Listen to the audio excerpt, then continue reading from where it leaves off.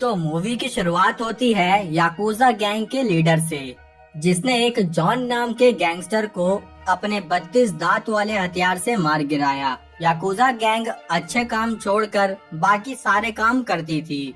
अभी yakuza gang के बारे में इतना ही, इसलिए चलते हैं जेल में, जहां हमारा डोनली भाई इस मोहतरमा के कपड़े सिल रहा था कि तभी उसे पार्किंग एरिया से कुछ आवाज सुनाई दी, जहां एंडी नाम का कैदी बाकी कैदियों से फाइट कर रहा था। डॉन वहां पहुंचा तो सारे कैदी डरते हुए साइड हो गए, लेकिन एंडी डॉन से नहीं डरा और उस पर हमला करने लगा। पर डॉन ने उसे कैलेंडर की तरह टांगने में ज्यादा देर नहीं लगाई। असल में डॉन यहाँ कैदी बनने से पहले एक पुलिस ऑफिसर ही था। खैर, अब यहाँ एक पुलिस ऑफिसर आया जिसने डॉन को न्यूज़पेपर देते हुए बताया कि तुम्हारे दोस्त जॉन को किसी ने मार दिया है। ये सुनकर डॉन बहुत उदास हो गया, क्योंकि सिर्फ जॉन को बचाने के लिए ही वो इस जेल में आया था। असल में जॉन एक छोटा मोटा क्रिमिनल था और उसकी लाइफ खराब ना हो इसलिए डॉन उसको भगाकर खुद जेल में आ गया। अब उसे 2 दिन दिए गए ताकि वो जॉन की अंतिम रस्में पूरी कर सके, लेकिन उसे तो कातिलों का पता लगाना था। इसलिए वो अपनी पुरानी क्राइम यूनिट के बॉस विलियम के पास आया, जो कि बेचारा कैंसर का मरीज था। कुछ समय पहले एक क्रिमिनल ने विलियम की बेटी को मार दिया। हालांकि उसने उस क्रिमिनल से अपना बदला तो ले लिया, लेकिन आज भी वो अपनी बेटी के गम से उबर नहीं पाया है। डॉन ने ये सब सुनकर उससे जॉन के कातिलों के बारे में पूछा। विलियम ने कहा कि उसे ज्यादा तो नहीं पता, लेकिन हाँ, ऑफिसर एंजेला को पता हो सकता है, क्योंकि उसके हिसाब से जॉन के पीछे जुगनू क्लैन पड़ी हुई थी। डॉन ने तभी एंजेला को फोन किया, लेकिन एंजेला उस वक्त बाकी कैदियों को दूसरी जेल में शिफ्ट करने जा रही थी, जिनमें जुगनू क्लैन का लीडर सैंग भी था। तभी ड्राइवर ने बताया कि उनकी गाड़ी की गैस खत्म हो गई है, इसलिए गैस भरवाने के लिए उन्होंने दूसरा रास्ता चुना। गैस स्टेशन पर ये महिला कैदी जेसिका भी थी, जिसे देखकर बाकी कैदियों में तो खुशी की लहरें दौड़ गई। जेसिका ने भी उन्हें इशारे में बता दिया कि उसे क्या चाहिए। खैर, अब ये आगे बढ़े, जहाँ बीच हाईवे पर ही इस हैवी ड्राइवर ने एंट्री ली।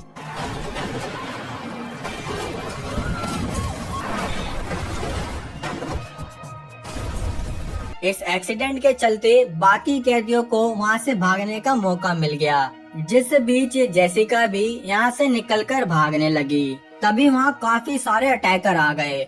उनमें से एक अटैकर वैन के अंदर आया। वो सैंग को पकड़ता कि इतने में उस पर एंडी ने हमला कर दिया।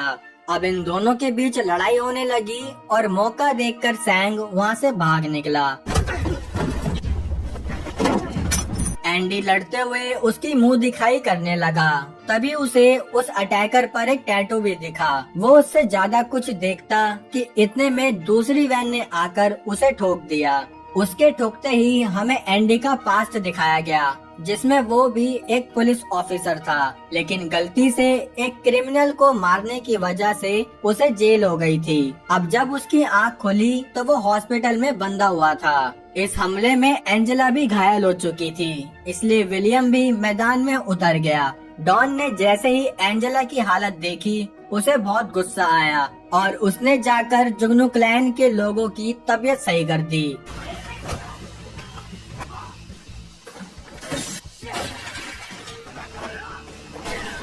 लेकिन उसे उनके बॉस सैंग के बारे में खास इन्फॉर्मेशन नहीं मिली। यहाँ सीनियर ऑफिसर जैकब ने डिटेक्टिव चोई को मिशन दिया कि सभी भागे हुए कैदियों को तुम्हें पकड़ कर लाना है। चोई बताने लगा कि ये अटैक जरूर जुगनू क्लैन के लोगों की तरफ से हुआ होगा। जैकब बोला कि जुगनू फुगनू से मुझे कोई लेना देना नहीं है, मुझे बस वो कैदी वापस चाहिए। ये सुनकर चोई वहाँ से चला गया, लेकिन जाते जाते उसे विलियम मिला, जो कि फॉर्मर क्राइम यूनिट बॉस था। विलियम अंदर जैकब से मिला। जैकब ने उसे बताया कि सैंग ने ही जुगनू क्लैन को शुरू किया और बहुत ही थोड़े समय के अंदर उसने काफी बड़ी गैंग बना ली। लेकिन जब उसे अरेस्ट किया गया तो सैंग ने उन्हें बताया कि इस अंडरग्राउंड गैंग का लीडर वो नहीं बल्कि कोई और है। जिसके अंडर साउथ कोरिया के नेता और बड़े बड़े ऑफिसर्स भी आते हैं। उन सभी का नाम सैंग ने एक डायरी में लिखा था, लेकिन जेल में सैंग के ऊपर काफी अटैक हुए, इसलिए उसे दूसरी जगह शिफ्ट किया जा रहा था ताकि सैंग को सेफ्टी देकर हम उस डायरी को हासिल कर सके। लेकिन उससे पहले ही वैन पर अटैक हो गया, जिसके चलते सैंग वहाँ से भाग निकला। जैकब की बात सुन के विलियम समझ गया कि कोई न कोई ऑफिसर इस जुगनू क्लैन से मिला है जो सारी खबर उन्हें दे रहा था। जैकब ने विलियम से कहा कि सैंग को पकड़ने के लिए तुम दोबारा से क्राइम यूनिट शुरू करो। यहाँ डिटेक्टिव चोई अपने साथी को क्राइम यूनिट के बारे में बताने लगा कि 3 साल पहले वुमेन ट्रैफिकिंग और बाकी क्राइम को खत्म करने के लिए 4 खतरनाक ऑफिसर्स की टीम बनाई गई, जिसमें नंबर 1 था द बुचर, मतलब हमारा डॉनली, नंबर 2 द मैडॉक यानी कि विलियम, नंबर 3 क्रेजी बी यानी एंजेला और नंबर 4 द किलर मशीन यानी टाई। चोई ने अपने साथी से कहा कि ये केस इतना बड़ा है कि हमारा प्रमोशन करवा ही देगा। इधर विलियम एंडी से मिलने पहुंचा, जहां विलियम ने उससे कहा कि मैं तुम्हारे डैड को जानता था, जो कि ईमानदार ऑफिसर थे, इसलिए अगर तुम हमारी क्राइम यूनिट में आओगे तो मैं तुम्हारी सजा 5 साल कम करवा दूंगा। ये सुनकर एंडी मान गया। अब डॉन उनके अड्डे पर पहुंचा, जहां उसने विलियम से कहा कि टाई ने आने से मना कर दिया क्योंकि वो अब पूरा धार्मिक बन चुका है। अब विलियम ने सभी कैदियों के बारे में बताना शुरू किया, जिसमें सबसे पहले नंबर पर आया पार्क, जो पेशे से एक साइको किलर है। इसने अपनी वाइफ और प्रोफेसर को मार दिया था। साथ ही इसे बूढ़े लोग और औरतों को मारने में ज्यादा ही मजा आता है, इसलिए सरकार ने इसे फांसी की सजा सुनाई थी। नंबर 2 पर आया शिनचैन किम चैन, जो पेशे से एक रेपिस्ट है और काफी बार जेल से भागने में कामयाब भी हुआ है। नंबर 3 पर आया सैंग को देखते ही डॉन बोला कि ये तो मेरा शिकार है, लेकिन विलियम ने उसे समझाया कि ये मिशन बस इन्हें पकड़ने का है। और नंबर 4 पर आई जेसिका को देखते ही डॉन फिर से बोला, इसका शिकार तो मैं ही करूँगा। अरे मेरा मतलब, मैं जानता हूँ ये कहाँ मिल सकती है। अब ये तीनों मार्केट में आए, जहाँ एक रेस्टोरेंट में ये डोरेमोन इस बेचारी औरत को धमका रहा था।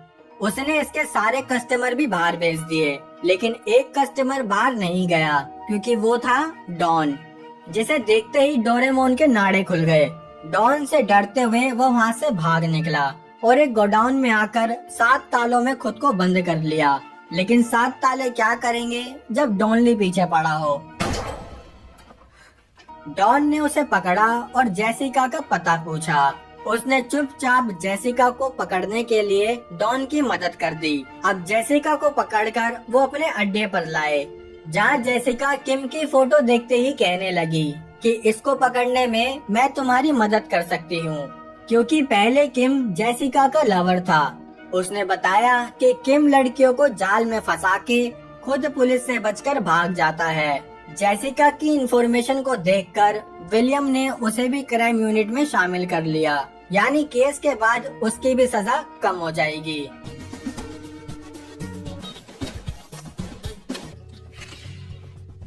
बहुत सारी इन्वेस्टिगेशन के बाद जेसिका किम की प्रेजेंट लवर से मिलने पहुंची, जो बेचारी किम के लिए खाना ले जा रही थी।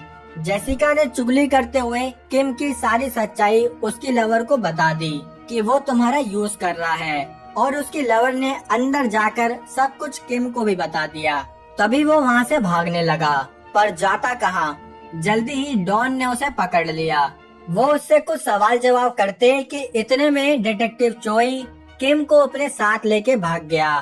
तभी एकदम से विलियम को अटैक आया, जिस कारण उसे हॉस्पिटल में एडमिट कराया गया। अब डॉन अपनी टीम के साथ पुलिस स्टेशन में पहुंचा, जहां पहुंचते ही उन्होंने किम को अपने कब्जे में ले लिया। साथ ही चोई को वार्निंग दी कि अगर उनके काम में टांग अड़ाई तो उसकी दोनों टांगे गायब हो जाएंगी। अब किम से सवाल जवाब शुरू हुए। तब वो बोला कि हाईवे से भागने के बाद हम एक बस स्टैंड पर मिले, जिसके बाद सैंग और पार्क कहाँ गए मुझे कुछ नहीं पता। इधर पार्क ने मौका मिलते ही 2 ऑफिसर्स को मार दिया। अब पुलिस ऑफिसर के मरते ही सब जगह डर का माहौल कायम हो गया। इसलिए ये तीनों भी सोफिया नाम की मोहतरमा के पास आए, क्योंकि इसने ही पार्क को जेल में पहुंचाया था। इन्होंने कहा कि आपकी जान को खतरा है, इसलिए आप घर से बाहर मत निकलना। ये कहकर ये तीनों यहाँ से चले गए, लेकिन पार्क सोफिया के घर तक पहुँच चुका था। इधर एंडी को सीसीटीवी फुटेज में पार्क के साथ सैंग दिखा, जिससे ये क्लियर हुआ कि ये दोनों साथ ही हैं। तभी एंडी को फोन आया कि सोफिया नहीं मानी और वो अपने काम पर निकल गई है। सोफिया अपने काम की जगह पर आई, जहां पार्क पहले से ही सबको मार चुका था। कुछ ही देर में यहाँ क्राइम यूनिट टीम भी पहुंच गई। इसी बिल्डिंग में एंडी ने सैंग को जाते हुए देख लिया और तभी वो उसके पीछे भागा। जेसिका भी सोफिया के काम की जगह पहुंची, जहां पार्क उसे टॉर्चर कर रहा था।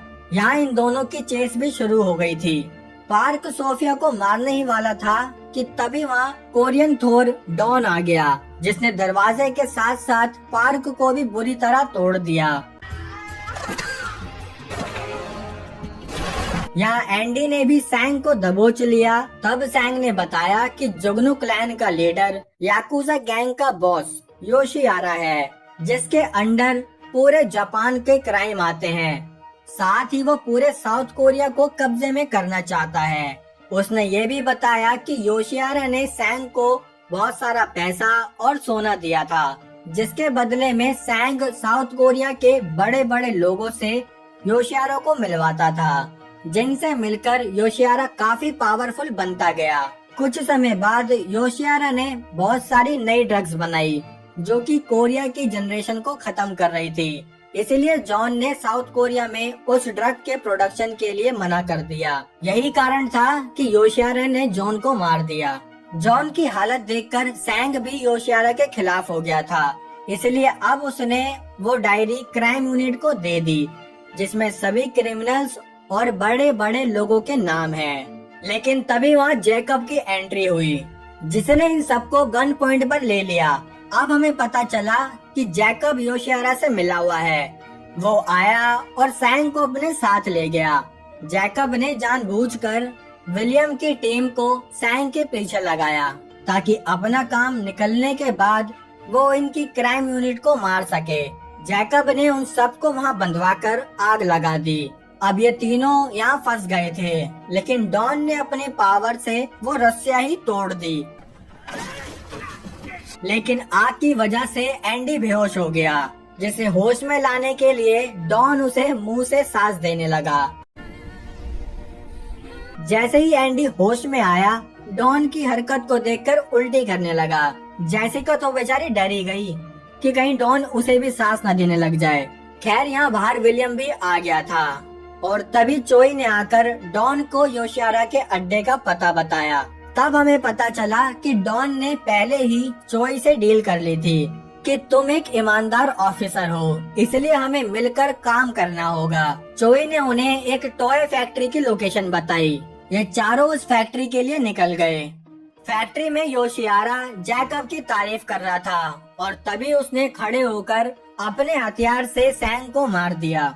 यहाँ क्राइम यूनिट ने ताई को भी फैक्ट्री पर बुला लिया। ये वही बंदा है जो धार्मिक बन चुका था। कुछ ही देर में डॉन ने अपने यूनिट के साथ मिलकर योशियारा के अड्डे पर हमला बोल दिया।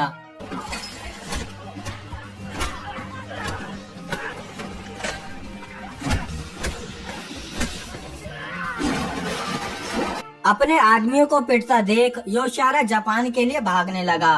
डॉन ऊपर छत पर पहुंचा, जहां फिर से उसने योशियारा के आदमियों को धो दिया। अब योशियारा और डॉन के बीच फाइट शुरू हुई, जिसमें योशियारा डॉन पर भारी पड़ रहा था, लेकिन कुछ ही देर में डॉन ने उसके हाथ ही तोड़ दिए और एक ही घूसे में इस जापानी के जबड़े से जापान का तेल निकल गया। यहाँ डिटेक्टिव चोई भी पुलिस फोर्स को लेके सबको अरेस्ट करने पहुँच गया। अब विलियम को हॉस्पिटल में लाया गया, जहाँ एंडी ने उसे सैंग की डायरी दे दी, ताकि वो ठीक होने के बाद डायरी में लिखे क्रिमिनल्स को पकड़ सके।